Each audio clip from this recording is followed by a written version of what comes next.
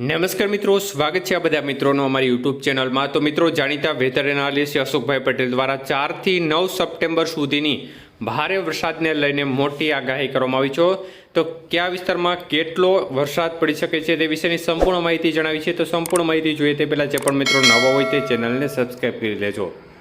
તો મિત્રો, ખાસ કરીને અશોકભાઈ પટેલ જણાવે છે કે લો પ્રેશર છે તે એક વેલ માર્ક લો પ્રેશરમાં ફેરવાયું છે અને ખાસ કરીને બંગાળની ખાડીના ભાગો નજીક સ્થિત જોવા મળી રહ્યું છે અને તેનું જે યુએસસી છે તે 7.6 કિલોમીટરના વિસ્તાર સુધી વિસ્તરી રહ્યું છે। મતલબ કે ઊંચાઈ તેની છે તે દક્ષિણ પશ્ચિમ દિશા તરફ ઝુકાવ ધરાવે છે।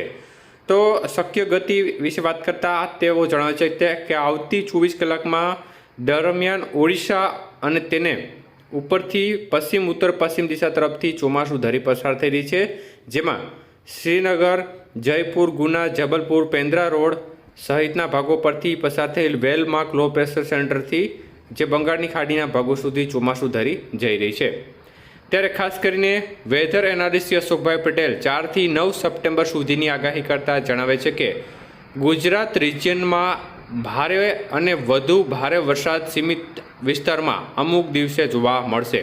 તો કેટલાક દિવસોમાં હળવોથી મધ્યમ વરસાદ ઠીક વ્યાપક વિસ્તારમાં એટલે કે 51 થી 75% વિસ્તારમાં વરસાદની શક્યતાઓ ગણી શકાય।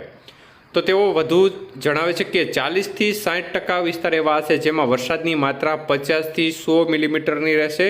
30% વિસ્તાર એવા હશે કે જેમાં વરસાદની માત્રા 100 થી 200 મિલીમીટર એટલે કે 4 થી 8 ઇંચ સુધીનો વરસાદ જોવા મળશે અને ખાસ કરીને 30% વિસ્તારમાં 50 મિલીમીટરથી ઓછો વરસાદ રહી શકે છે। તો એકલ દોકલ સેન્ટરોમાં વરસાદની માત્રા છે તે 200 મિલીમીટર કરતાં પણ વધુ જોવા મળી શકે છે। આ વાત છે તે ગુજરાત રિજિયનને લાગુ પડે છે।